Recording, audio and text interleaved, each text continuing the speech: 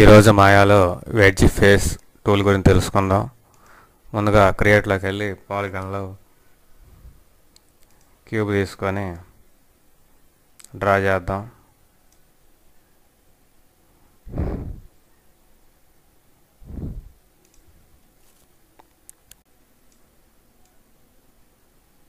ఇప్పుడు క్యూబ్కి right click ఇచ్చి multi select చేయండి.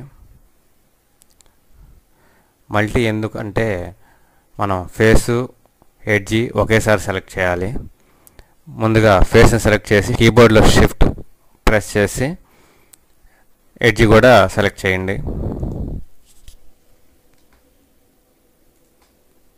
ఇప్పుడు మెయిన్ మెనూలో పాలిగాన్ సెట్ చేసి ఉంచి 8 మెష్లో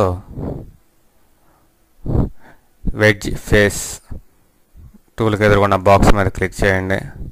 ఇక మనకి ఆర్క్ యాంగిల్, డివిజన్స్ ఇవన్నీ ఉండాలి అనేది ఇక్కడ మనం ఆప్షన్లు ఉన్నాయి. రీసెట్ సెట్టింగ్ 8లో రీసెట్ సెట్టింగ్ మీద క్లిక్ చేయండి.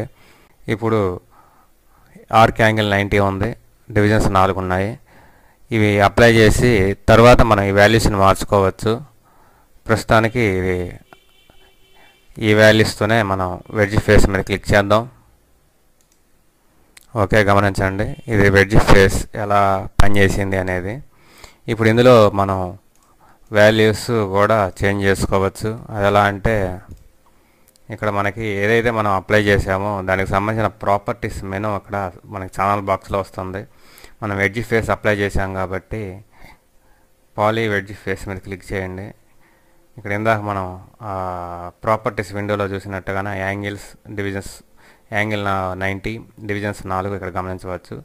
ఇక్కడ వీటిని మనం చేంజ్ చేసుకుంటాం ద్వారా ఈ ప్రాపర్టీస్ని మనం చేంజ్ చేయవచ్చు. ఇక్కడ 180 టైప్ చేస్తున్నాను, గమనించండి విండోలో.